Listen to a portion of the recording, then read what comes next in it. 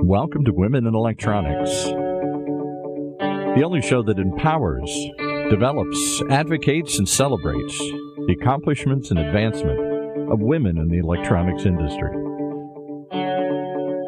With your host, Jackie Maddox. Well, here we are again with another episode of Women in Electronics. Oh my goodness, I'm so excited today. We have Steve Cholas with us, who drove in to be with us in person, which is such a treat. So I just want to say thank you, Steve, for being here. It's my pleasure to be here. This is exciting. And by the way, you're better than a cup of coffee in the morning. This is great. So the excitement and energy, that's the way it should be. Yes. Excellent. It's so Excellent. nice to have you here. So you're more than welcome. What I will do before we start the interview, as you know, we kind of got together a little before the interview, and there's just so much for us to talk about. So we're going to try to condense things here and maybe a part one and a part two. But before we get into all that, Steve, I'm just going to turn it over to you to introduce yourself, your company, and just what you do in the industry. Sure, I appreciate that. And we'll throw out any scripting that you attempted earlier in the morning. So I'm Steve Cholas, for those that don't know me. I hopefully have a fair amount of people that I've had the chance to meet over the years. So I currently run sales globally for a company called Big Zeta. And Big Zeta was launched purposely for the electronics industry, on both suppliers and distributors and what have you, to help them during their route to digital transformation, which I think when we first started this company, it was only maybe 3 years ago or so. Digital transformation wasn't the big gig, right? It wasn't the buzzword all the time, but it is now. So definitely, that's what I'm doing needed today, which is really great. All right. Yeah. Well, definitely needed, Steve. And it's funny because I think you were on the forefront of so much of what was to come and what we needed. Sometimes you got to see the vision and then watch it happen. But really, before we get into more to do with that, I thought about you when doing this interview, because you're somebody who's been in the industry for a long time. You have a lot of contacts. You know so many people. You've worked in different aspects of the channel. So I thought, especially for not only the leaders listening who like to tune in and hear from our other leaders, but also some of the rising professionals, very interesting to talk to somebody who's had a career in the industry and who has seen so much change. So I'd like to start it with that. So when you entered the electronic component industry, what did it look like? And first of all, why did you even get into the industry? Let's just start with that in discussion. Sure. Why you got in, what it looked like, and then, wow, where we are today. So let's have that conversation. So she's asking for a 38-year journey. So, Yes. And I'm going to condense this down to 2 minutes. in 2 minutes or less, right? So I got in the business in 1984, and I was led into the business by a neighbor of mine who was selling media. He was a peddler, selling ads in the industry publications at the time. The local ones, Electronic Buyers News and E-News and what have you. So he always seemed to have a pretty insightful lifestyle. And I say that where he was constantly engaged in a community and industry that was starting to gain recognition back then, right? So that was always fascinating to me. In any event, long story short, I chose to get interviewed for this position with that company, and I did. I was lucky enough to get it, and I was off to the races. So the job was essentially here in Orange County, right, ironically enough, and which was the distribution hub. A lot of people may not realize back in the 80s, early 80s, you probably had 10 major distributors here in the Orange County, LA area. So that was really huge and really great for me, So in any event, so I started my career selling advertising and to high-tech companies, distributors and component manufacturers. And then I found a niche within that, the channel, distributors, and the evolution of semiconductors as they were hitting the pace pretty quickly, right, in those late 80s. So that set me up for a lot of opportunity for success that I didn't even realize was there. But it was the interest in this technology. Was not educated in technology. So to be part of technology back then was freaking great, right? Because you're at the DNA of everything before any of these devices and phones were being made. So it was awesome. I spent a lot of time in, carrying a bag, but, if you get good in sales, they move you into management. So, because they don't want to pay you anymore, if you will, right? But it just, have a little fun there. But I got a good chance to see what distribution was like and the component suppliers. And I was able to do so just because of the openness of this industry at the time, right? I spent a fair amount of time on the road with those distributors. If I wanted their money, if I wanted to earn their marketing attention, I had to learn their business. That's kind of how it was back then.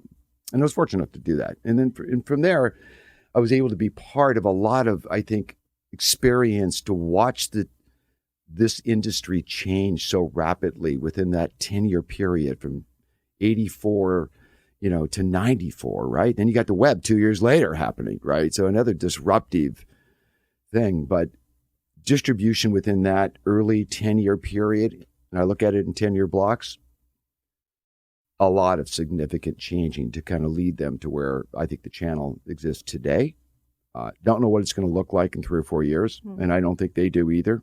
And I think they readily admit that. So the changes in the market have been exciting to be part of, and many people in this industry, I think, overlook the changes by not paying attention and go along with things, and you can't do that anymore.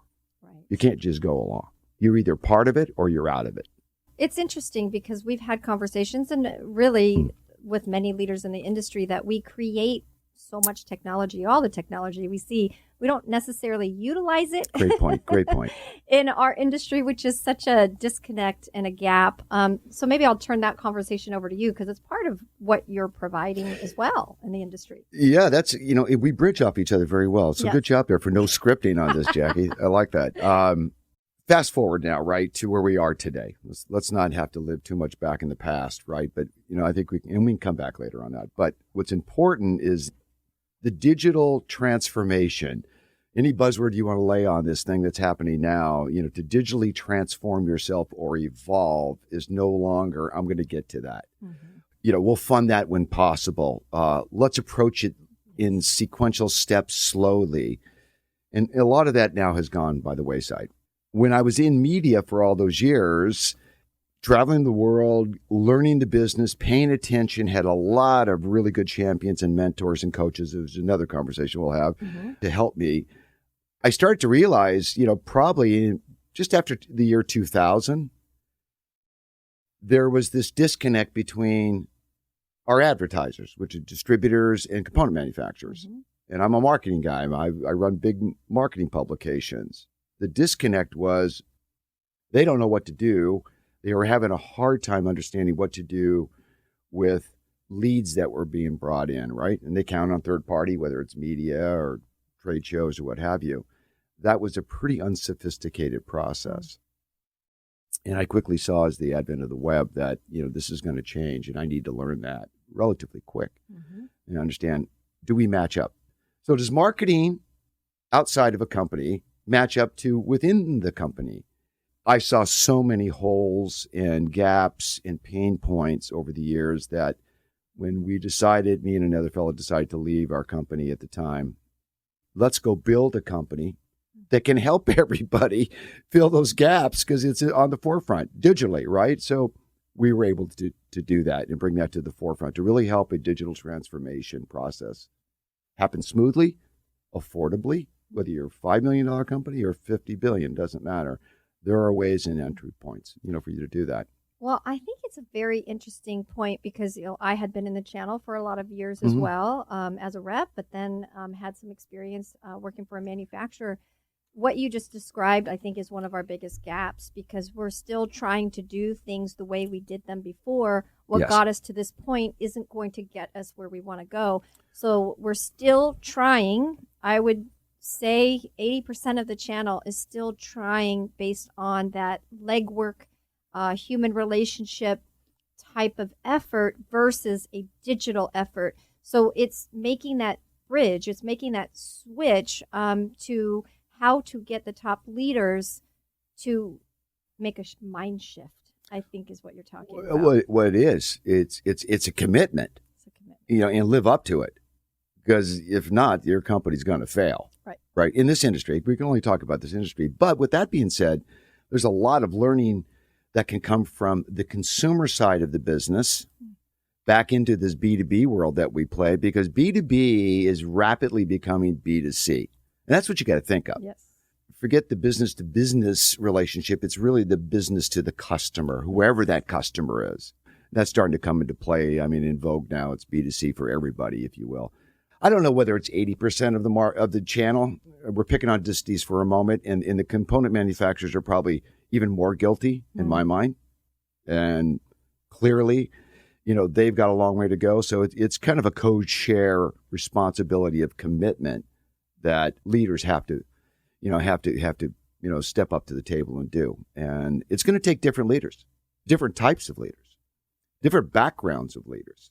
Because engineers don't make great marketers, by the way. Most people run these companies in our industry have a propensity to be engineers, right? Mm-hmm. They elevate into a CEO position. That gravitational pull for them to elevate into that position, has been based on their technology and their intellect relative to this industry, right? In terms of design, right? Mm-hmm. But that doesn't make you a good marketer. And now there's other things that come into play to fully be able to transform your company. Mm-hmm. And again, we're talking about digitally. Still people business. People buy things companies don't. But the mix is here to be created. And we have to, if you want to live and succeed in this business, you have to find that balance, be committed, and get on with it. You can't go at this slow. Slow got you to where you're at today. Slow set us up for failure during COVID. We learned a lot from that. I can go on. I'm going to back off a little bit because I get excited by this stuff. You should be. It's awesome. It's awesome to want to go that route and understand what it's all about. How do I get there? You can't be a leader of years gone by and expect to really understand where you got to go now. Mm-hmm. You're either going to have to be quickly educated. You're going to have to staff around you the right people because they're all different. And you're going to have to make a commitment to that to live it. Wow. Well, I think we'll end on that note with this part one, but I want to get into more with you on that with part two, because I think you're touching on something that I do believe we have a lot of leaders in the industry that are very capable of learning all the new ways of marketing if they decide to put the effort into it and if they decide to be creative. So that's where I want to start on the next session. So thank you for being here, Steve. Oh, you're more than welcome. This has been a blast, and I love being at the Irvine Innovation Lab. This is great. Awesome. Yeah, all right. We will reconvene in next session. Okay, bye-bye. Thanks. Cheers.